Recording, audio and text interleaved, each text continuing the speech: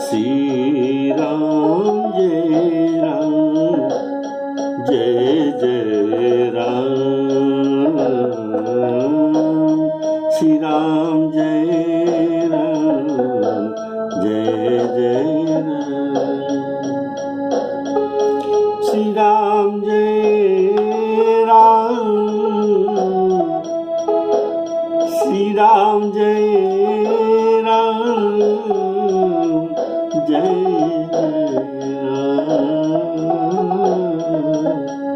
श्री राम जय राम जय जय राम, श्री राम जय राम जय जय राम। सभी आदरणीय राम कथा सुनने वाली रसिक श्रोताओं को सादर राम राम कहते हुए आज का सुंदर राम कथा आपके सामने परिवेशन कर रहा हूं। बोलिए सियावर रामचंद्र की जय। अभी निषाद राज गुहक और भरत जी ये दोनों का मिलन का बड़ा सुंदर समाचार आप अभी सुन रहे हैं। बोलिए सियावर रामचंद्र की जय। भरत जी अत्यंत प्रेम से निषाद राज को गले लगा लेते हैं। प्रेम की रीति को सब लोग सिहाए ईर्ष्या करके उनको प्रशंसा कर रहे हैं। मंगल के मूल धन्य धन्य करके देवता उनकी सराहना करके फूल बरसाते हैं। वे कहते हैं जो लोग और वेदों में जो नीचे हैं, छोटे हैं, जिसकी छाया छूने से भी स्नान करना पड़ता है, उसी नीच निषाद को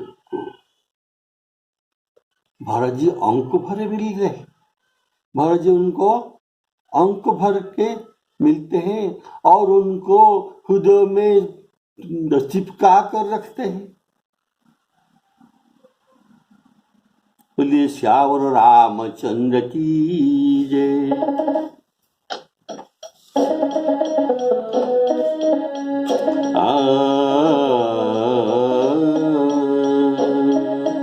भरत भेटत भरत ताहि अति प्रीति,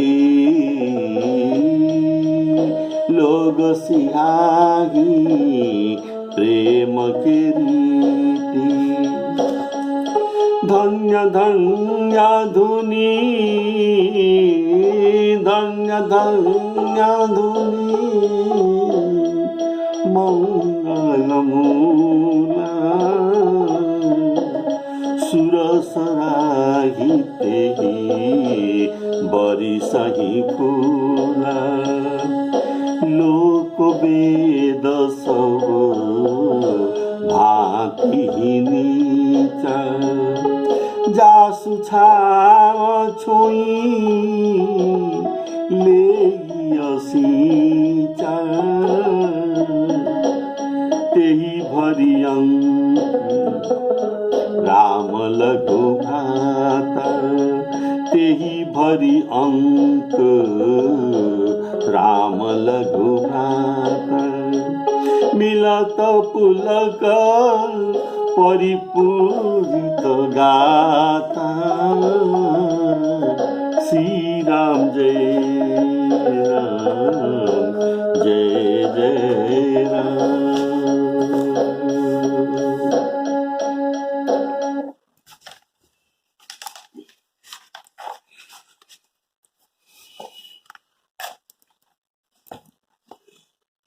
जो लोग राम राम कहकर जम्भाई लेते हैं, हाँ राम राम ऐसा जम्भा ही लेते हैं। अर्थात आलस्य में भी जिनके मुंह से राम राम का उच्चारण हो जाता है, ऐसे कोई भी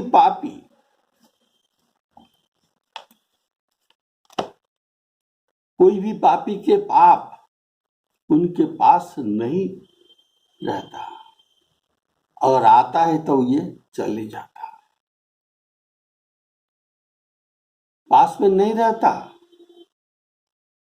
तो फिर इस गुह को तो स्वयं श्री रामचंद्र जी ने हृदय से लगा लिया था, और भी उनके कुल समेत इसे जगत पावन किया था।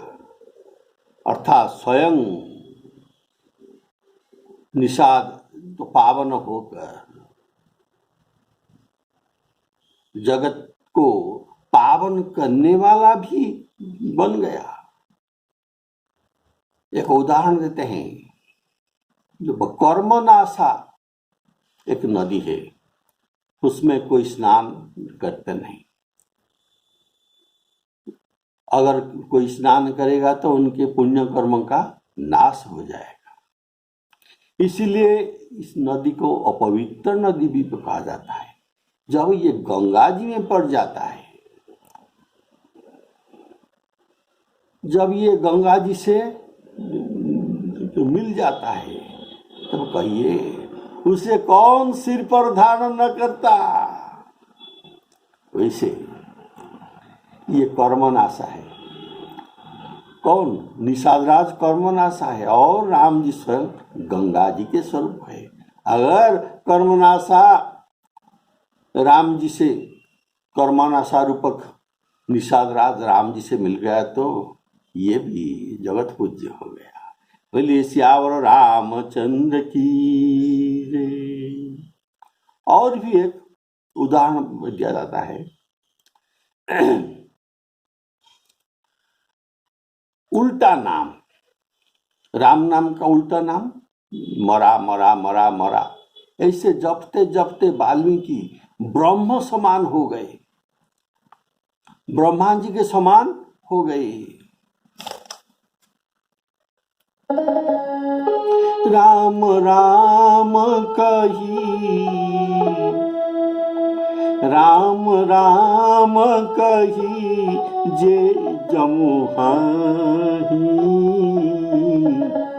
तिनहि न पाप पुंज समूहाही, तिनहि न पाप पुंज समूहाही। इनके पास पाप नहीं आता, जो राम राम करके आलस्य में भी जपते हैं। अगर हम प्रेम से जपेंगे तो क्या हो सकता है, अनुमान कीजिए। बोलिए सियावर रामचंद्र की जय। उल्टा नाम जपने पर भी बहुत बड़ा प्रभाव मिला।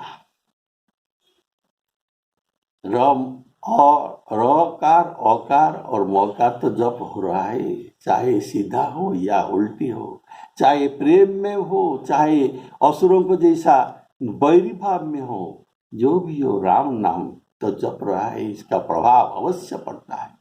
बोलिए सियावर रामचंद्र की जय। राम राम कही जे जमुहाही, तिनहि न पाप पुंज समूहाही। कर्म नाश जलु, कर्म नाश जलु सुरसरी परई।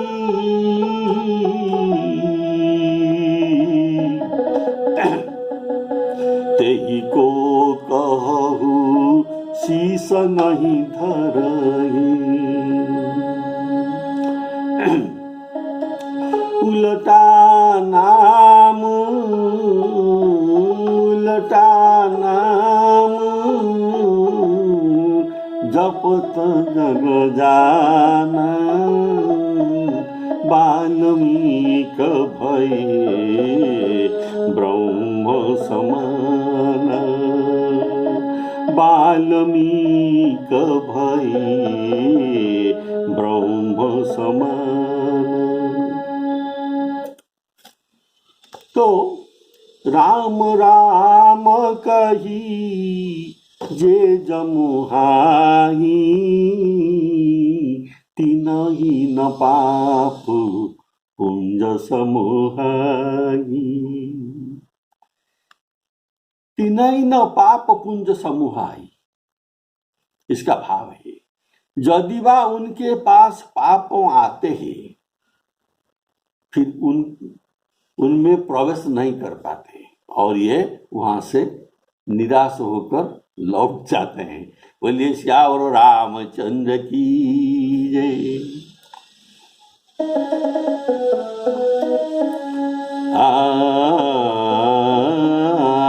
अवसेनापि जत्नाम्नी,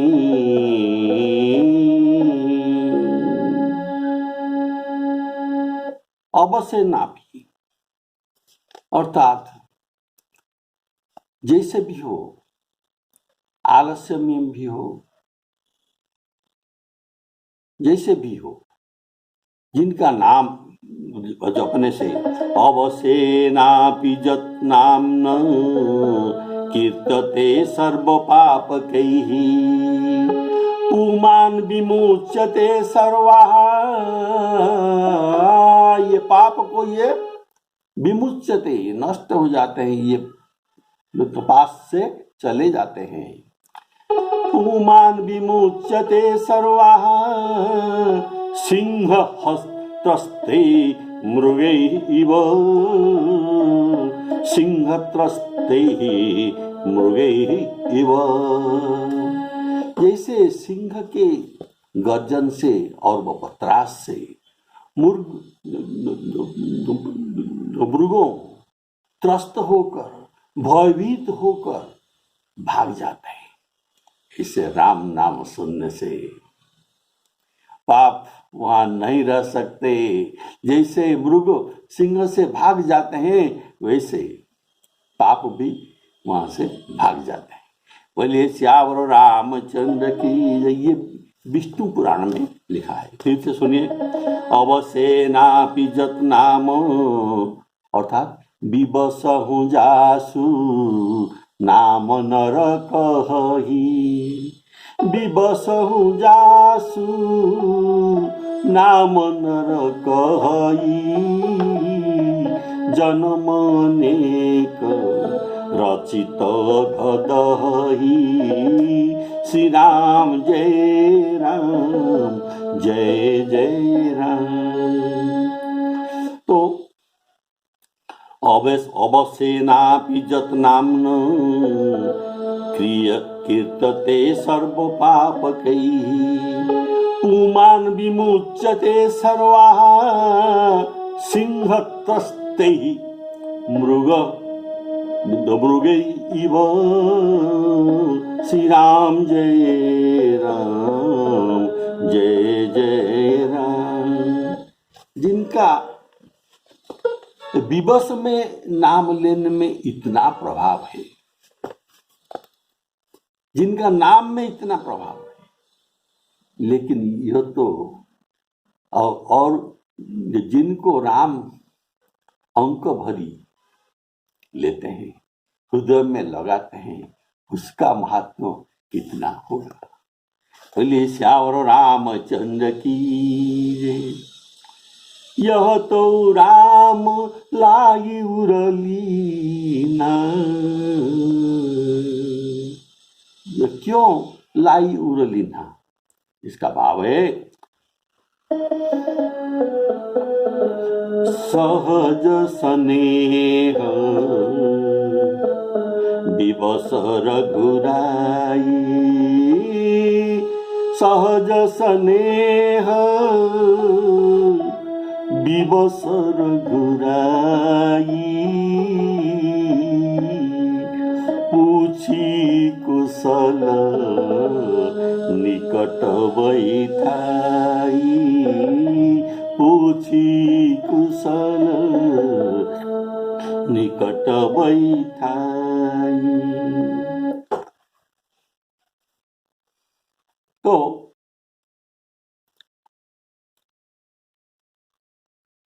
यहाँ लाई उरलिनी,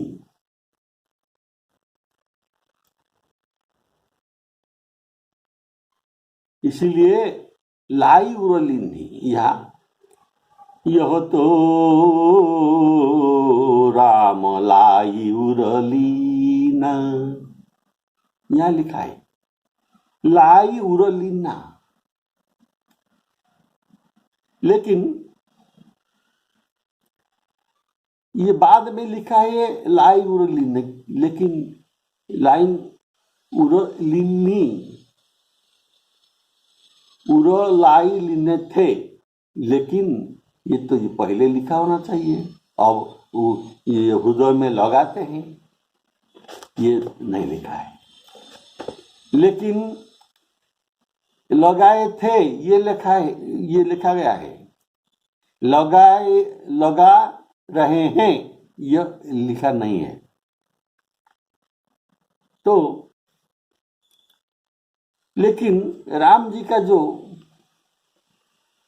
स्वभाव है, ये पहले राम जी लाई उरलिंदी हृदय में लगाते हैं, फिर बाद में निकट बैठाते हैं। तो पहले ये तो क्या करते हैं राम जी, पहले लाई उरलिंदी, फिर इसके बाद निकट बैठाए। तो हम अभी तो यहां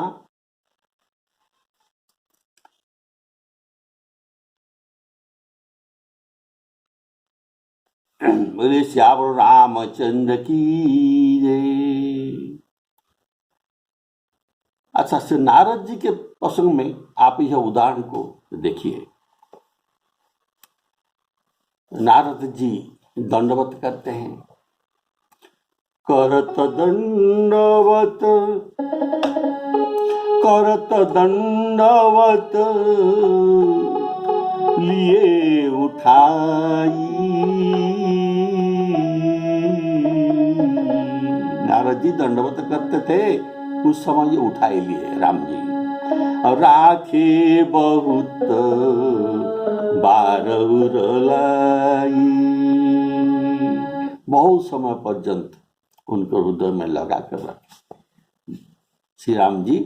नारद जी को ये प्रसंग लिखा है अरण्य कांड में। इसके बाद पहले हृदय में लगा लिया, इसके बाद श्री राम जी क्या करते हैं, स्वागत पूछी निकट बैठारी।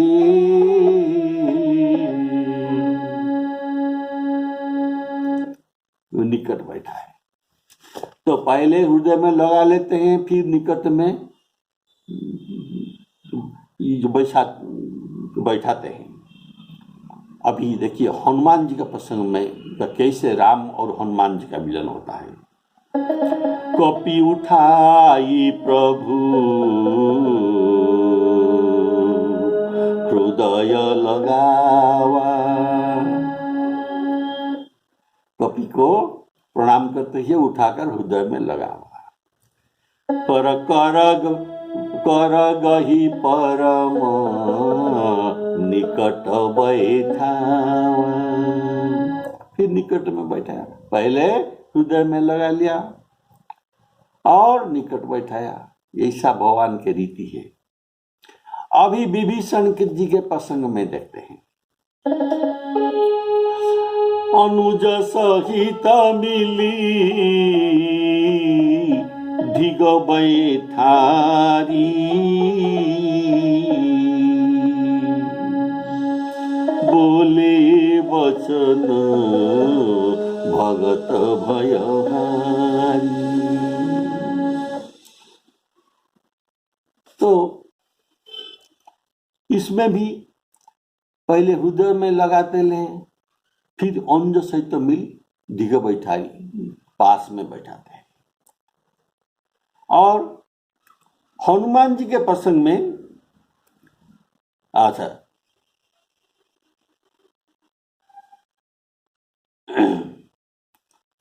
अभी देखिए सुग्रीव जी के प्रसंग में कैसे राम और सुग्रीव जी भेंट होते हैं। भेटे अनुज सहित रघुनाथा, भेटे अनुज सहित रघुनाथा।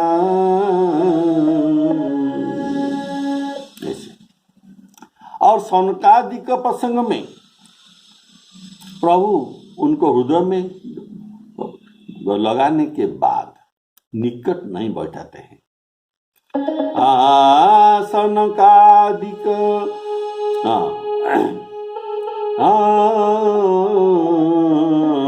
सनकादिक हृदय में लगाने के बाद निकट में नहीं बैठाए। करीम कर गही प्रभु मुनिवर बैठारे, कर गई प्रभु मुनिवर बैठारे। इसीलिए गुह को निश्चित भाव में हृदय में लगाए हैं। ये प्रमाणित होता है। सभी के साथ अगर ऐसा होता है तो प्रभु ने गुह को भी हृदय में लगाए हैं। और यहाँ भरत जी उनको निकट बैठाए, यह लिखा है। लेकिन कब हृदय में लगाया ये बात तो लिखा नहीं, लेकिन अवश्य हृदय में लगाए थे। कौन? श्री राम जी ने। तो राम राम कहकर जो जम्भाई लेते हैं उनके पास तो पाप नहीं रहता। और जिस निषाद को श्री राम जी ने हृदय में लगा लिया उनके पास ये कैसे पुण्यात्मा हो सकते हैं। बोलिए श्यावर रामचंद्र की जय। तो यहाँ जो और एक उदाहरण दिया गया, कर्मना सुजल सुरसरी परई। यहाँ राम जी गंगा और निषाद राज कर्मनाशा नदी। देखिए कर्मनाशा अपवित्र नदी और गंगा जी के पास जाकर ये पवित्र हुआ है, किंतु यहाँ कर्मनाशा नदी गंगा जी के पास जाकर पवित्र होता है। लेकिन यहाँ क्या हुआ, गंगा जी स्वयं आकर कर्मनाशा जी से मिलता है। बोलिए श्यावर रामचंद्र की।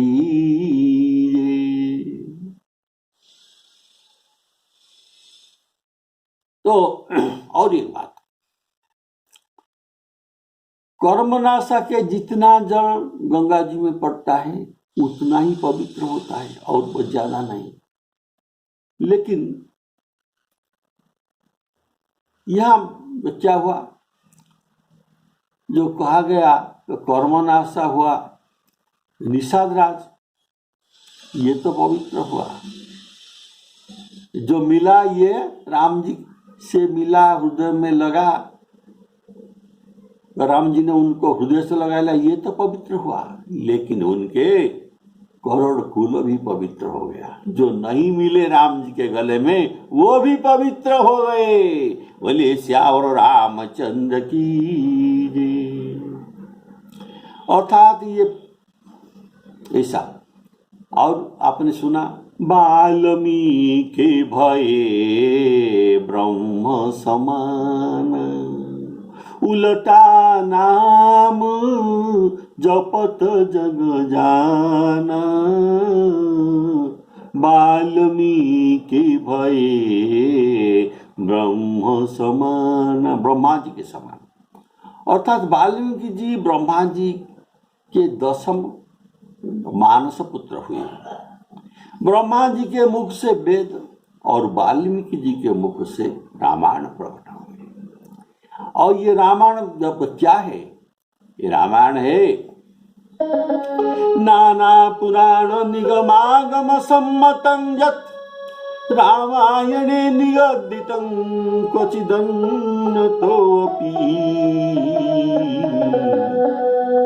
शान्त सुखाय तुलसी रघुनाथ गाथा भाषा निबंध मति मंजुल मातनोती। तो ये रामायण भी नाना पुराण निगमागम सम्मतम, तो ये भी वेद जैसा है। इसलिए वाल्मीकि को ब्रह्मा जी के समान कहा गया है। अर्थात ये बोलिए सियावर रामचंद्र की जय।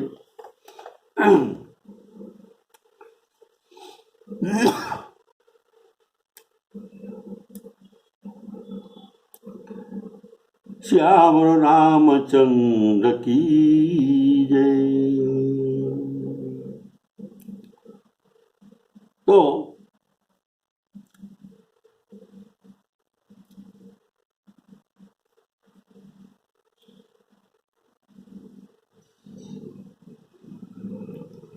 श्री राम जय राम जय जय राम, श्री राम जय राम जय जय राम। मूर्ख और पामर, चांडाल, सबर, खस, जवन, कौल और किरात, ये सब श्री राम नाम कहते ही परम पवित्र और त्रिभुवन में विख्यात हो जाते हैं। लिखा है सपच सवर खस जमन जड़ पावर कोल किरात, राम कहत पावन परम होत भुवन विख्यात, राम कहत पावन परम होत भुवन विख्यात। सपच सवर खस, खस खस एक जाति है। ये वर्तमान गढ़वाल के उत्तर प्रांत में खस जाति के लोग रहते हैं। वे क्षेत्रीय से उत्पन्न हुए। इनको खासिया भी कहा जाता है। और सवर, सवर ये पहाड़ी जाति के लोग हैं। और ये शूद्र और भीलों, ये दोनों से ही उत्पन्न हुए हैं ये सवर। बोलिए सियावर रामचंद्र की जय। तो और सपच, सपच ये एक भक्त है जिनके प्रसाद सेवन के बाद ही युधिष्ठिर महाराज के यज्ञ पूर्ण हुआ था। ये वही सपच का उदाहरण दिया गया है। बोलिए सियावर रामचंद्र की जय। कोई भूखा रह गया, इसीलिए युधिष्ठिर महाराज के यज्ञ पूरा नहीं हो रहा था। यज्ञ के समापन के बाद घंटा नहीं बजा तो श्री कृष्ण जी को पूछा गया, क्यों घंटी नहीं बजा? तो ये बोले, कोई तुम्हारे राज्य में कोई भूखा रह गया है। तो ढूंढने पर इसको मिला, ये है वह सपच। ये सपच को प्रसाद खिलाने के बाद युधिष्ठिर महाराज के यज्ञ पूरा हुआ और घंटी स्वयं बजा, घंटा। बोलिए श्यावर रामचंद्र की जय। सपच सवर, सवर का उदाहरण पद्म पुराण के एक कथा है। वह सवर नित्य जीव हत्या में रत था। तीर्थ यात्रियों को लूटना, पर स्त्रियों के सतीत्व हरण करना, ये महान पापी था। उनके अंतकाल में जमदूत उसे लेने के लिए आए।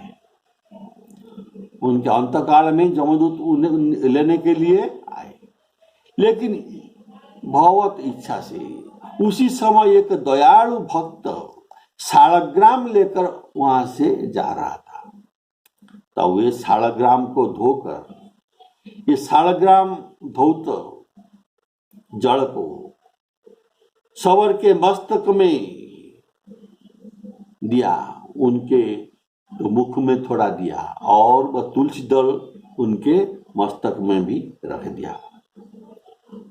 और जमदूत को ये भक्त लौट जाने के लिए कहा, अभी तुम यहाँ उसे ये ले नहीं सकते, आप अभी लौट जाइए। इस समय स्वर्ग में विमान आया और उसे लेकर गया। कारण ये शालग्राम जड़ और तुलसी दल के प्रभाव से इनका संपूर्ण पाप नष्ट हो गया था। फिर इसी सबर जन्म लिया। कहा न, काशीपुर में एक ब्राह्मण के कुल में ये सबर फिर जन्म लिया और राम नाम जप करके परम पद को प्राप्त हुआ। बोलिए सियावर रामचंद्र की। सबर, और वो सबर भी है, सबरी इसी का उदाहरण भी हो सकता है, जो जिनके पास स्वयं राम जी जाकर उसके पास आतिथ्य ग्रहण किए और कंदमूल फल सुरसवती दिए राम कहुआनी, प्रेम सहित प्रभु खाई बारंबार बखानी। श्री राम जी ने सबरी को हरिवल्लभी नाम में नामकरण किए। ये हरिवल्लभी जो कि कमला, गरुड़, सुनंद आदि 16 पात्रों में से ये अन्यतम बन गई। बोलिए सियावर रामचंद्र की जय। अभी सपच सवर खस जमन जड़, जमन अर्थात जबन, ये बड़ा पुराण में वर्णित है कि वह उनके अंत समय, जवन उनके अंत समय में एक शब्द का 2 अक्षर बोला, अंत का 2 अक्षर बोला। ये शब्द क्या था? हराम। ये हराम बोला। एक स्वर उनके पास से लगकर उसे घसीट कर चल गया और ये जवन नीचे पे गिर गया, तो ये सुअर को गाली दिया, हराम हराम, इसे गाली दिया और उसी समय उनका प्राण भी निकल गया। जमीन में गिरते गिरते उनका प्राण निकल गया और ये शब्द का अंत दोनों अक्षर क्या था? राम। तो इनको परम पद मिल गया। बोलिए ये बात पद्म पुराण, जो वराह पुराण में वर्णित है। बोलिए सियावर रामचंद्र की जय। तो ऐसे शास्त्र ज्ञान रहित मनुष्य को भी राम नाम स्मरण से परम पद प्राप्त होता है। ये पद्म पुराण का भी मत है। पावर कोल की रात, पावर ये सब कोल की रात है। ये सब जड़ जीव इनको कहा जाता है। क्यों? ये सब जीवगण को हत्या करते हैं। और ये लोग तो कहते हैं हम जड़ जीवगण घाती,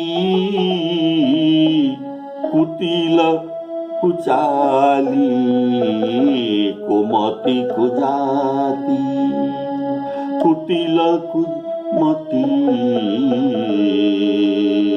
कुटिल कुचाली कुमति कुजाती। देखिए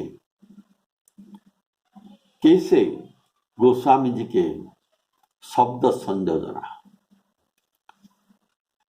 इस अर्धाली में पहला अक्षर सबके क है। कुटिल कुचाली कुमति कुजाति, कितना सुंदर। और पावन परम होत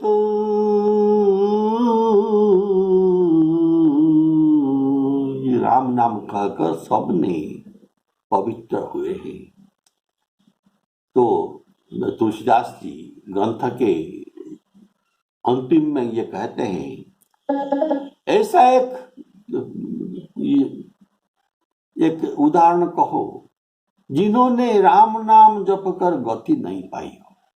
ये तो मुझे मालूम नहीं, अगर आपको मालूम हो तो अमुक लोग राम नाम कहकर गति नहीं पाया है, ऐसा आप अगर जानते हो तो कहो,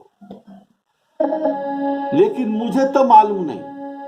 पाई न के ही गति पतित पावन राम भजी सुनो सठमना। आभीर जमन की रात खस सपचा दियति तारे घना। आभीर जन्म की रात खस स्वपचाती अति अघरूप जे। कही नाम बारक ते पिपावन होई राम नमामिते। कही नाम बारक, एक बार, ते पिपावन होई राम नमामिते। ये कोई नई बात नहीं, 4 युगों में यही बात है। 4 युगों में, 4 वेदों में भी यही बात है, यही बात वर्णित है। सभी काल में, वर्तमान भूत भविष्य सभी काल में ये राम नाम का प्रभाव रहा है। और कलियुग में इसका प्रभाव विशेष परिमाण है। चहु जुग चहु श्रुति, चहु जुग चहु 4 युग, चहु श्रुति 4 श्रुति। चहु जुग चहु श्रुति नाम प्रभाव। कली विषेखी नहीं आन उपाऊ। श्री राम जय राम जय जय राम। श्री सीताराम अर्पणामस्तु। सभी का मंगल कामना करके आज का प्रसंग यहाँ रखते हैं। फिर अगली एपिसोड में इस प्रसंग का आप सुन सकते हैं। बोलिए श्यावर रामचंद्र की जय।